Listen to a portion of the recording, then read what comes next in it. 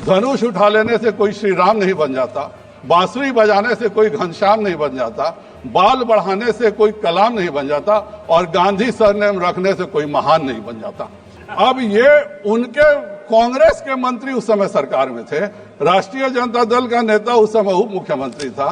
तो अगर यह फेक है तो उनके कहने का तात्पर्य यही था कि कांग्रेस और राजद जहां भी रहती है वह घोटाले ही करती है और इसीलिए उन्होंने जातीय जनगणना को फेक बताया। लेकिन वो भूल गए कि मुख्यमंत्री नीतीश कुमार है और नीतीश कुमार जी के रहते कोई घोटाला नहीं हो सकता।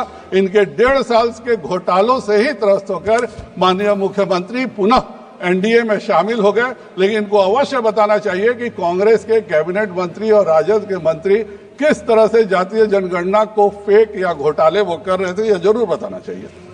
अध्यक्ष महोदय, उसी तरह से यह कोई नई बात नहीं है। इनके द्वारा हमेशा एक तरह का गलत प्रचार, दुष्प्रचार, संविधान को रोकने की कोशिश, अनुसूचित जाति को रोकने की कोशिश सदैव से कांग्रेस के द्वारा हुई है। इनके परनाना जब माननीय प्रधानमंत्री थे, इन्होंने जो संविधान के रचयिता थे बाबा साहेब, उनको भी इस संविधान में संविधान की शपथ लेने इस संसद में आने नहीं दिया। हर बार षड्यंत्र करके उनको सदन में रोका गया कि बाबा साहब के द्वारा रचित संविधान से खुद बाबा साहब शपथ नहीं ले सके, इसकी पूरी साजिश इन लोगों ने किया था। इतना ही नहीं, कोई बात नहीं सभापति महोदय, इतना ही नहीं, संविधान सभा के अध्यक्ष थे डॉक्टर राजेंद्र प्रसाद। इस संविधान सभा के अध्यक्ष थे डॉक्टर राजेंद्र प्रसाद। 2 बार इस देश के राष्ट्रपति रहे, लेकिन उनको, क्योंकि उन्होंने सोमनाथ मंदिर का उद्घाटन किया था, तो जब उन्होंने राष्ट्रपति पद छोड़ा तो उनको सदाकत आश्रम के 2 टूटे फूटे कमरे में रख दिया गया। और आज भी जब नेता प्रतिपक्ष सदाकत आश्रम गए तो डॉक्टर राजेंद्र प्रसाद जी को श्रद्धांजलि के लिए एक शब्द का भी प्रयोग उन्होंने पटना में नहीं किया।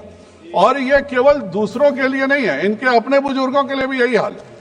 मैं बताना चाहूंगा कि जो माननीय पूर्व सांसद थे फिरोज जहांगीर घंडी जी, जिन्होंने बाद में अपना नाम फिरोज गांधी रख लिया था, पर उनका ओरिजिनल नाम फिरोज जहांगीर घंडी ही था।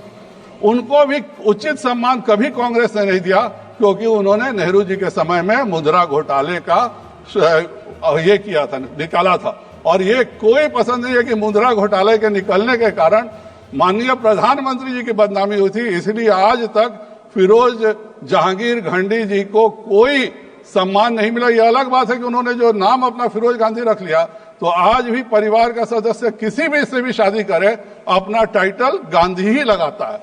लेकिन अध्यक्ष सभापति महोदय, धनुष उठा लेने से कोई श्री राम नहीं बन जाता, बांसुरी बजाने से कोई घनश्याम नहीं बन जाता, बाल बढ़ाने से कोई कलाम नहीं बन जाता और गांधी सरनेम रखने से कोई महान नहीं बन जाता। और महान बनने के लिए महात्मा गांधी जी जैसे और नरेंद्र मोदी जी जैसे कर्म करने पड़ते हैं।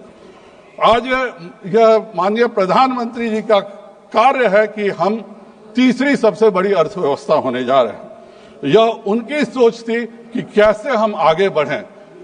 जब अटल बिहारी वाजपेयी जी ने इस देश का शासन छोड़ा तो भारत 11वें पायदान पे था, लेकिन जब 10 साल बाद कांग्रेस ने शासन छोड़ा तो भी भारत 11वें पायदान पे था। एक पायदान की भी तरक्की नहीं कर सके।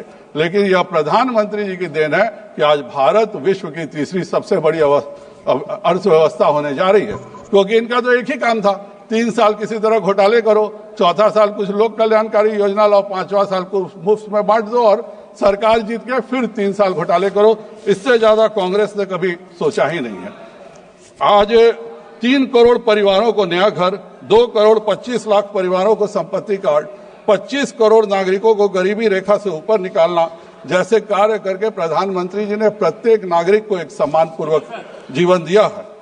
हाँ, देश की राजधानी दिल्ली में आपदा की सरकार होने से जरूर दिक्कत है, लेकिन मैं पूरा विश्वास दिल्ली के नागरिकों को दिलाता हूं कि 8 फरवरी को दिल्ली में भी डबल इंजन की सरकार बनेगी और हर गरीब के, दिल्ली के भी हर गरीब के मकान के सपने को सच होगा।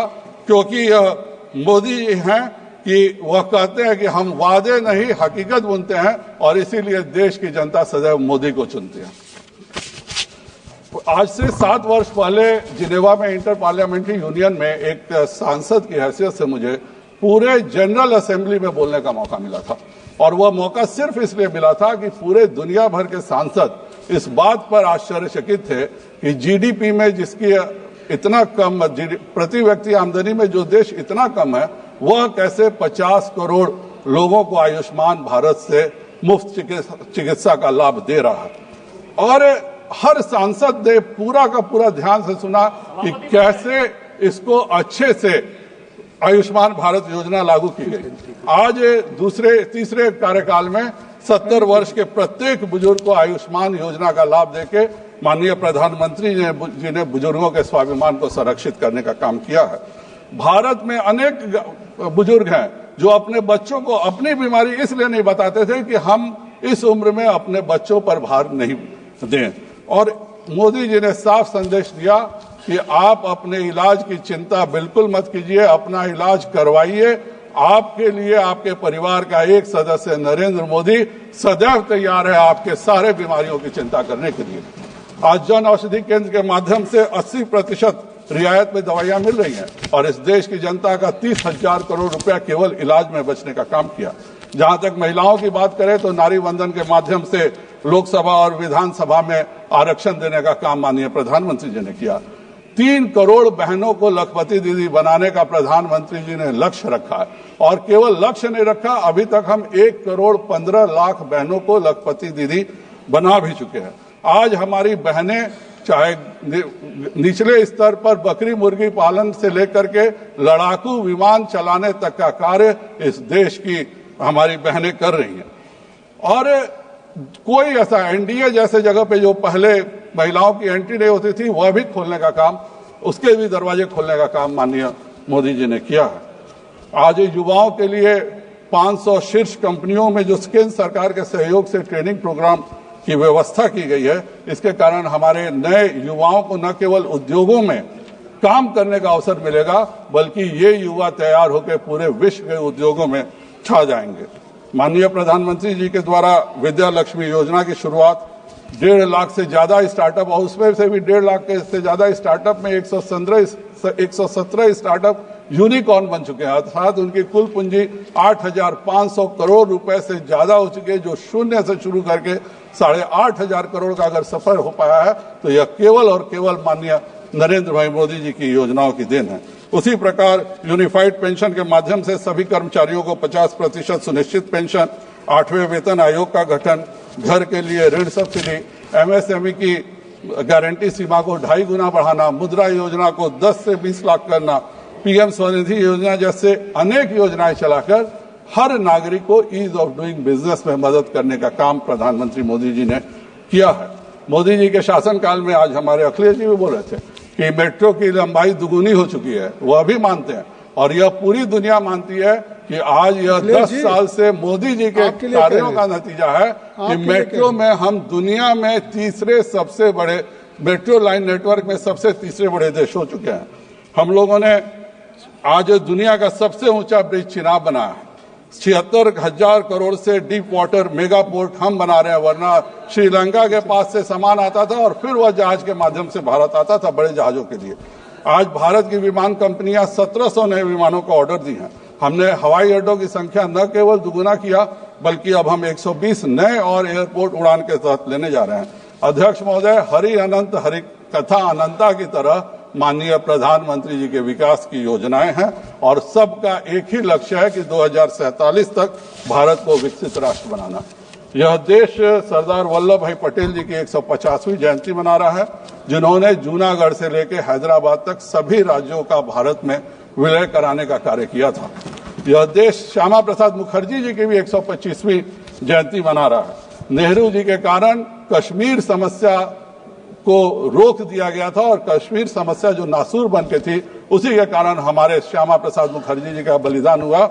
लेकिन धारा 370 को समाप्त करके माननीय प्रधानमंत्री नरेंद्र भाई मोदी जी ने सरदार पटेल और श्यामा प्रसाद मुखर्जी जी को सच्ची श्रद्धांजलि देने का काम किया है। अध्यक्ष महोदय, मैं ये आप संसद का एक टीम होता है ट्रेनिंग प्रोग्राम प्राइड, उसके तहत मैं जम्मू कश्मीर असेंबली के नए चुने हुए विधायकों को संबोधित करने गया था। पूरे विधानसभा में जब हम लोगों ने अपनी बात रखी, उसके बाद प्रश्नोत्तर काल शुरू हुआ, एक भी विधायक ने यह नहीं पूछा कि धारा 370 क्यों खत्म किया गया। सबका एक ही प्रश्न था कि आप जम्मू कश्मीर को पूर्ण राज्य का दर्जा दे रहे हैं। तो ये मोदी जी की सोच का नतीजा है कि जम्मू कश्मीर में भी किसी विधायक ने 370 के बारे में एक प्रश्न नहीं पूछा, लेकिन कांग्रेस पार्टी अभी भी वहां जाके 370 रट रही थी, और उसी का नतीजा हुआ कि जम्मू कश्मीर से कांग्रेस पार्टी आज बिल्कुल समाप्त वहां की जनता ने कर दिया है।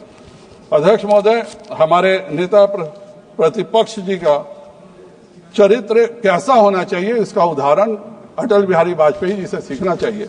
जब नरसिम्हा राव जी के सरकार को संकट आया तो यूनाइटेड नेशंस में भारत सरकार के गुणगान करने का काम अटल बिहारी वाजपेयी जी ने किया था। हम लोग खुद 2009 में इसी सदन के सदस्य थे। अगर हम लोगों ने भी बहुत बार डिसरप्शन किया, हम लोगों ने भी बहुत बार वेल में आए, लेकिन अगर वेल में भाजपा का एक सदस्य अगर आधी रेखा पार करता था तो स्वर्गीय सुषमा स्वराज जी सीधे हम सबको बैठा देती थी कि तुम ट्रेजरी बेंच की तरफ, तुम सांसदों के ट्रेजरी बेंच की तरफ कैसे चले गए। आज तो न नेता प्रतिपक्ष को कुछ समझ में आता है, जो नेता प्रतिपक्ष को कुछ समझ में नहीं आएगा तो सांसदों को यह गरिमा नहीं समझ में आती है कि जो भी वेल में शोर भी करना है तो अपने साइड करें, ट्रेजरी बेंच साइड आना एक बहुत ही गलत काम है। तो आज सही अर्थों में नेता प्रतिपक्ष ने, वर्तमान नेता प्रतिपक्ष ने उन सभी नेता प्रतिपक्ष जो पहले रहे, उन सभी को, श्रेष्ठ आत्माओं को शर्मिंदा करने का काम किया है, और इसके लिए राहुल गांधी जी को इस सदन में माफी मांगनी चाहिए। महामहिम राष्ट्रपति जी को धन्यवाद देते हुए कि उन्होंने संयुक्त सत्र को संबोधित किया। मैं अपनी बात को समाप्त करता हूं। भारत माता की जय।